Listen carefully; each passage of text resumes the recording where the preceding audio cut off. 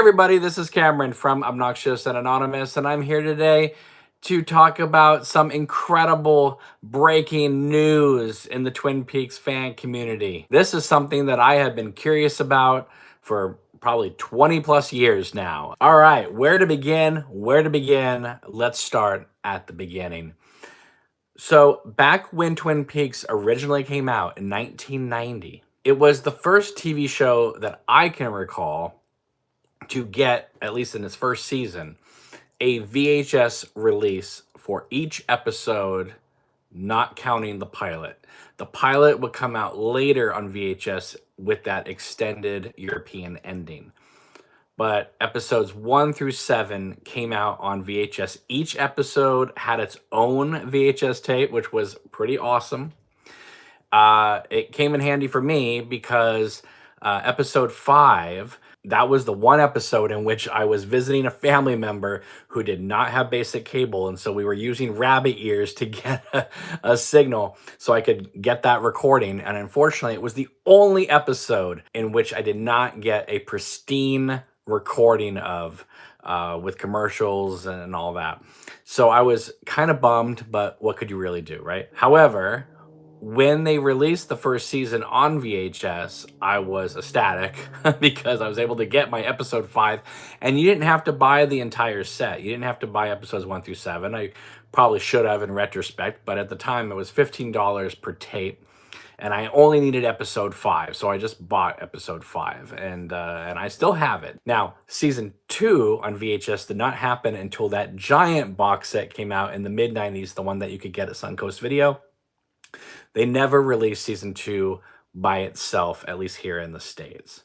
However, notice how I say episode 5 and not the title that some on the internet use, which is The One-Armed Man. And there's a reason for that, because there were no titles.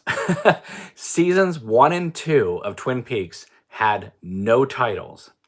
All right, it was just pilot and episode 1, episode 2, episode 3, episode 4, episode 5. You will hear a lot of OG Twin Peaks fans refer to these episodes as episode 8, episode 14, the one where Maddie dies, episode 16, where Leland dies. This is the terminology that myself, people like Josh Eisenstadt, John Thorne, Stephen Miller, this is how we refer to the show. Now, season 3 had titles, but they were sort of mandated by Showtime. That's why we still say part 8, part 17, part 18. Yes, the titles are legit. They are canon. However, just because we refer to seasons 1 and 2 by their episode numbers, that's why a lot of us still just call season 3 by their parts. It's kind of complex. I understand. A little nitpicky at times. I get it. However, it's just what separates people who watched the show in 1990 versus the newer fans that caught up to it on streaming. I can't say DVD or Blu-ray because from VHS to Laserdisc, you'll notice here, no titles are on these episodes. Then when you go to DVD, which, by the way, if you do not have this season 1 DVD from Artisan, you are missing out because it's the only season that was allowed to have commentaries by the directors of those episodes. Season 2 did have a commentary recorded by several directors. Unfortunately, that was nixed at the last minute. But season 1 by Artisan escaped unscathed. Now, if you open it up, there are no episode titles. It just says Disc 3, episodes 5 and 6, Disc 4, episode 7. Again, no titles. So you won't see something like episode 2, Zen, or The Skill to Catch a Killer. You won't see those. Legend said a rogue German broadcasting network, when they aired Twin Peaks, just threw on some titles that were chintzy, too on the nose. Now, of course, the newer viewers who watched on streaming, it doesn't matter if we watched on Paramount or Vudu or Fandango, formerly Vudu.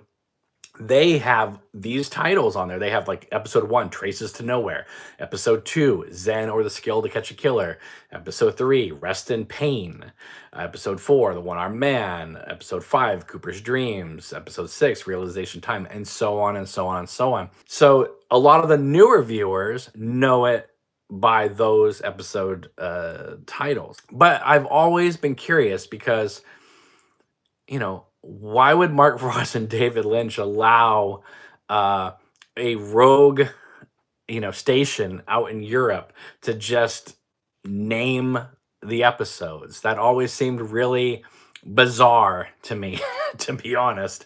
So I actually reached out to Mark Frost yesterday, and this is what I wrote to him. Hi, Mark Frost.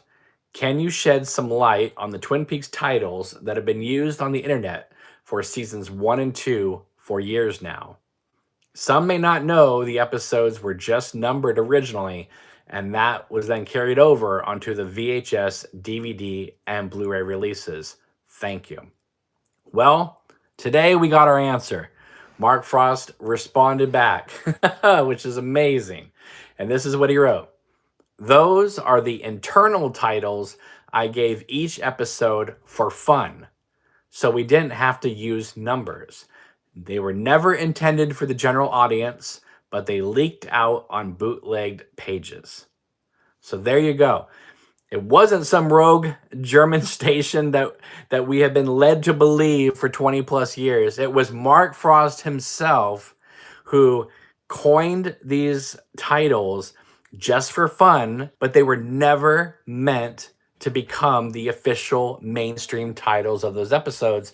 But lo and behold, those titles accidentally got leaked, and so perhaps that German station got a hold of it and just used them as the titles. So again, the episodes were always supposed to be pilot episode 1, 2, 3, 4, 5, but because of an internet leak, these titles are now, or these fun titles that Mark Frost just made for silliness and games for the cast and crew and himself, are now used as the titles on the streaming sites, which is hilarious. But at least we now know how this came to be, and that is very, very cool. So thank you, Mark Frost, for blessing us with an answer to a question that many of us have had for many years now. So thank you. It's wonderful to finally know. Sometimes answering questions is not a bad thing in the Twin Peaks universe. And on that note, make sure you give this video a big thumbs up and subscribe to this channel. All right, everybody. Thank you so much for watching. Take it easy. Have a wonderful day. Take care. Bye-bye.